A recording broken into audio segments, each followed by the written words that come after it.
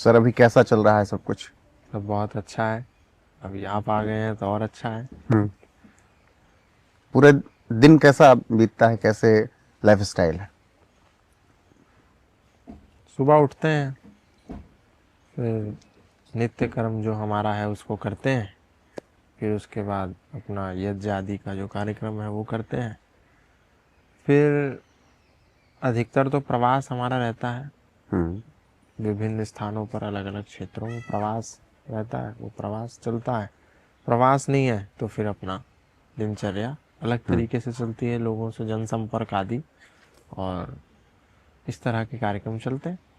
आज के दौर में जब युवा मेट्रो सिटीज वाली लाइफ स्टाइल जीना चाहता है, उस दौर में आध्यात्म की तरफ कैसे आना हो?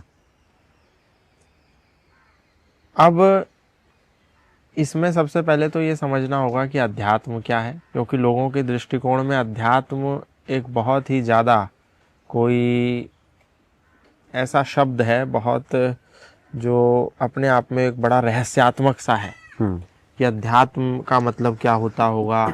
लोग कंदराओं और गुफाओं में रहते होंगे, जंगलों में रहते होंगे, हैं, कंदमूल खाते होंगे, ऐसा ऐसा लोगों के बीच में सोच रहती है कि दिन भर घंटी बजाते रहते होंगे, पूजा पाठ करते रहते होंगे। इस तरह से लोगों ने एक तरह का एक अवधारणा, एक कॉन्सेप्शन, मिसकॉन्सेप्शन बनाया है। तो ये भी अब लोग अध्यात्म क्या समझते हैं, सबसे पहले तो ये प्रश्न है।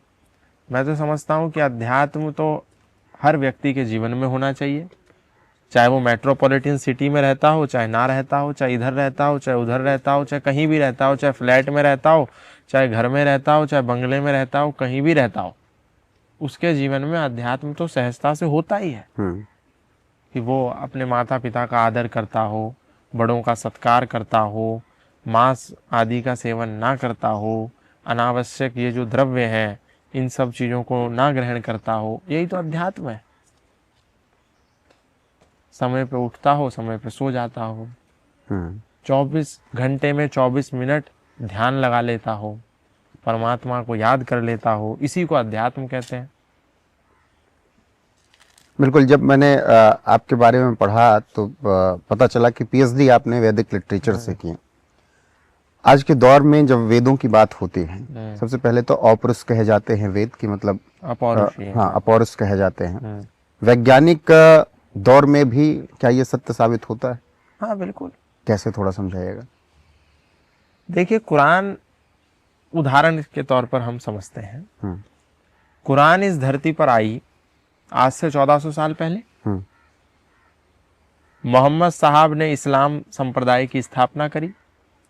उससे पहले कुरान का कहीं अस्तित्व नहीं था। मोहम्मद साहब के पिता से पूछिए, माता से पूछिए, दादा से पूछिए, परदादा से पूछिए, तो वो कुरान के बारे में कुछ नहीं जानते। यानी 1400 साल पहले मोहम्मद साहब के शख्स इस धरती पर आए और उन्होंने कुरान नाम की एक पुस्तक दी और इस्लाम नाम के मजहब की स्थापना करी। अल्लाह नाम का एक परम तत्व की व्याख्या करी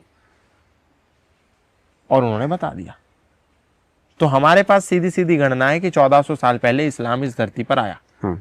ऐसे ही क्रिश्चियनिटी की बात की जाए तो ईसा मसीह, जीसस क्राइस्ट, आज से 2025 वर्ष पूर्व उनका जन्म हुआ। मरियम उनकी माता थी, पिता उनका कौन था ये किसी को पता नहीं, क्योंकि मरियम का विवाह ही नहीं हुआ था।